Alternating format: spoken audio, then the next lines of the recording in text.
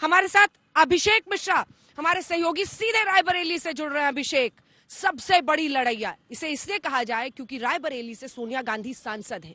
देखिए, जो परिवार लगातार उनके साथ रहा, अखिलेश सिंह की मृत्यु के बाद अदिति सिंह पिछले चुनाव में कांग्रेस के टिकट पर जीती, लेकिन उनकी हवा दिख रही थी। वो पिछले कई दिनों से बीजेपी के समर्थन में बोल रही थी, कांग्रेस पर सवाल खड़े कर रही थी। अब उनके पास चुनौती है कि बीजेपी के टिकट पर 2022 का चुनाव उन्हें वहां पर जीतना है। क्या होता हुआ दिख रहा है? सबसे पहले तो जोश जरूर दिखाइएगा, वोटर्स का बूथ का नजारा आप लोग जरूर दिखाइए और फिर अपनी बात कहिए। सबसे बड़े लड़ैया के तौर पर, जी बिल्कुल, सबसे बड़े लड़ैया के तौर पर इस बार अदिति सिंह रायबरेली सदर की सीट पर एक बार फिर से उतरी हैं, लेकिन पाला बदला है, बीजेपी से है।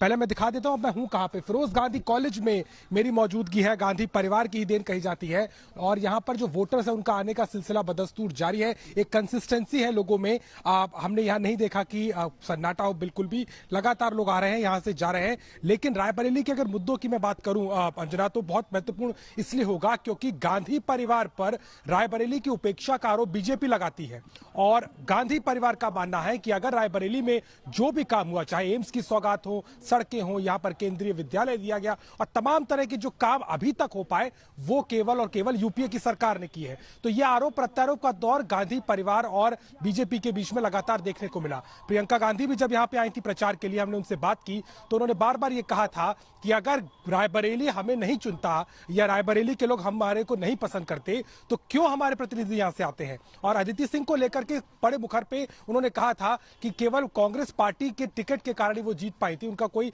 खुद का वर्चस्व नहीं है। लेकिन अदिति सिंह पलटवार करती हैं और कहती हैं कि उनके पिता की विरासत को वो आगे ले जा रही हैं। 1993 से लेकर के अभी तक ये सीट उनके परिवार के पास ही है। अखिलेश सिंह जो कि उनके पिता थे, अगर कांग्रेस से नहीं जीतते थे तो वो निर्दलीय चुनाव लड़ गए, जीत गए। 2012 में पीस पार्टी से जीत गए और 17 में जब खुद अदिति सिंह कांग्रेस के टिकट पे थी, वो भी यहां से विधायक हो गए। लेकिन इस बार समीकरण थोड़े से बदले हैं, लेकिन अदिति सिंह काफी आश्वस्त है, बीजेपी के सिंबल पर है, काम का हवाला दे रही है सरकार, योगी सरकार के कामों का, और उनका मानना है कि उनके परिवार के जुड़ाव और बीजेपी सरकार की छवि दोनों का फायदा उनको मिलेगा और ये सीट एक बार फिर से अदिति सिंह लगातार दूसरी बार निकालेंगी। लेकिन कांग्रेस ने मनीष चौहान जो कि एक डॉक्टर है, उन्हें उतार करके कहीं ना कहीं एक एजुकेशनल लेवल पे दोनों ही प्रत्याशियों को आंका जा रहा है जनता के द्वारा, लेकिन कहीं ना कहीं अदिति का पल्ला थोड़ा भारी जरूर यह नजर आएगा। जी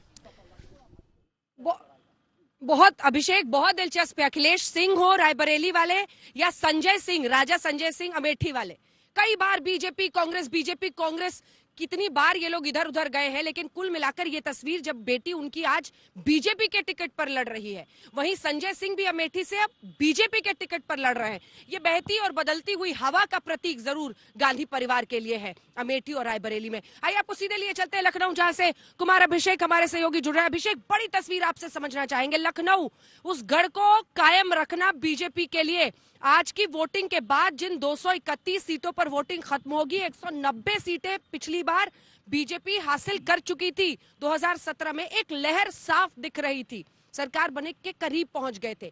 इस बार की लड़ाई, क्योंकि आज उन्नाव हो, आज लखीमपुर खीरी हो, ये 2-3 जगह ऐसे हैं जो कि प्रतीकात्मक रूप से सबसे ज्यादा विपक्ष का हथियार बने। आज इन सभी जगहों पर वोटिंग है। अभिषेक,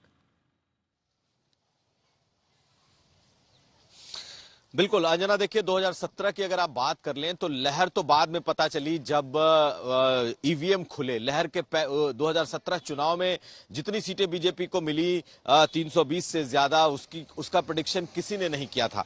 लेकिन हाँ, यह बात थी कि एक जमीनी लहर थी, वो कोई पकड़ उस वक्त नहीं पाया। ये जरूर था कि 2014 के बाद 2017 का जो चुनाव था उस वक्त इस बात की जरूर चर्चा थी कि हाँ बीजेपी बहुत बढ़िया करेगी। लेकिन इस बार क्या होने जा रहा है, देखिए बीजेपी अब आधे का मार्क जो है, कह सकते हैं कि चुनाव आधा से ज्यादा निकल चुका है, 3 फेज हो चुका, चौथा फेज है बीजेपी के लिए। अब सबसे अहम सीटें यहां से शुरू होती हैं।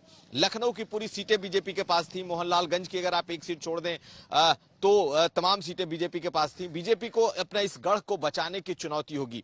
यहां से आतंकवाद का मुद्दा प्रवेश करता है और पिछले कुछ दिनों से जिस तरीके से आतंकवाद ने सियासत के भीतर अपनी जगह बनाई है उत्तर प्रदेश में और ये मुद्दे के तौर पर उभरा है, उसी तरीके से यहां से जो छुट्टा पशु हैं उनका मुद्दा भी गांव-गांव और शहर-शहर इस वक्त आपको दिखाई देगा।